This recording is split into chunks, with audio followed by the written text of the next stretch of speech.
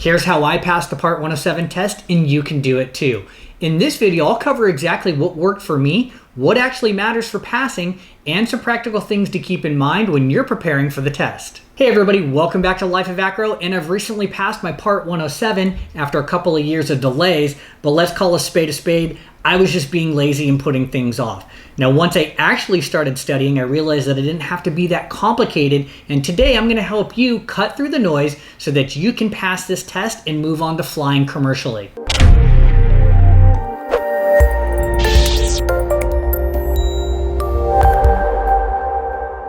Now, I'm a hobbyist and a tech junkie. I love drones, I love technology, but as a freelancer and a side hustler, I don't just buy stuff for fun. I want my gear to make money for me so that I can justify the cost. Or at least that's how I justify it to my girlfriend. It's gonna make me money. It's a business expense. Now let's be honest, you don't actually need a Part 107 to get paid. You could buy a drone right now and start making money tomorrow. However, if you wanna stay compliant and avoid legal headaches with the FAA, especially if you're flying on job sites or monetizing YouTube or a social media channel, then the Part 107 is a smart move. Now, if you're highly motivated and high functioning, I honestly believe that you could be test ready in as little as 14 days.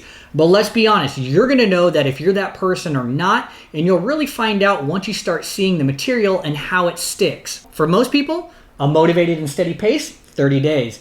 But if you wanna do casual but consistent, 60 days max. Now here's what actually helped me pass and what's gonna help you too.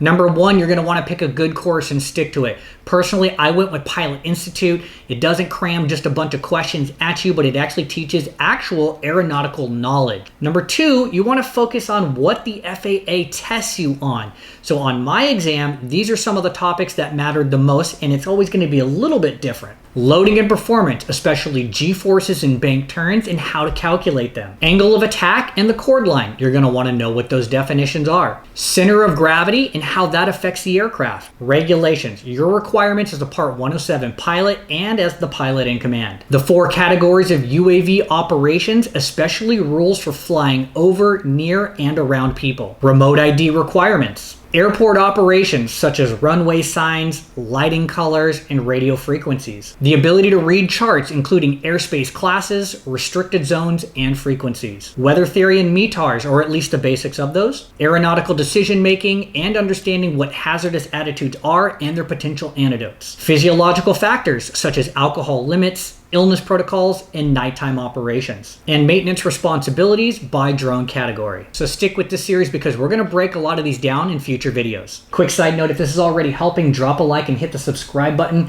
This is gonna help keep the series going for those of you that are studying for your Part 107 test.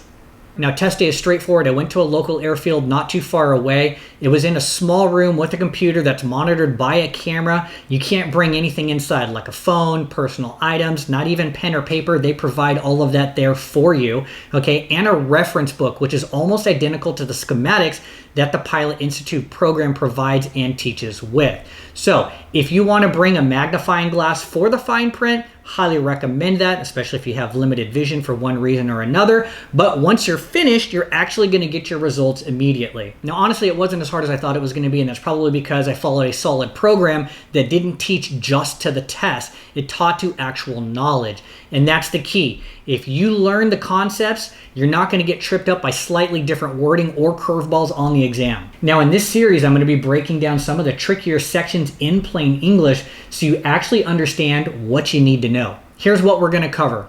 Airspace reading made simple. AGL versus MSL and how not to confuse them. Reading METAR reports. Weather theory basics. And more tips for flying safely and legally as a commercial pilot. But if you're impatient or just ready to get learning right away, I'm going to be honest, Pilot Institute is hands down the most comprehensive and organized course out there. It's what I used, and it's better than I could ever deliver alone in YouTube videos. Of course, I'm going to be passing on what I learned and sharing my insights in upcoming videos, but if you can afford it, I highly recommend starting with them. Let me know in the comments down below what the price looks like to you. When you log on to the site, it should say $249, but when you go to checkout, I'm seeing a nice discount right here to around $160. You can actually get this even cheaper like I did if you're willing to wait until Black Friday or Cyber Monday, but let me know down below what pricing you're seeing because it should be right around $160. as of right now. If you want to support the channel and get access to Pilot Institute, you can use the link down below. Once again, if this helped you out, give it a thumbs up, subscribe, and stay tuned. And if you grab Pilot Institute, let me know in the comments. I'd love to hear how your studying's going, and I'll see you in the next video.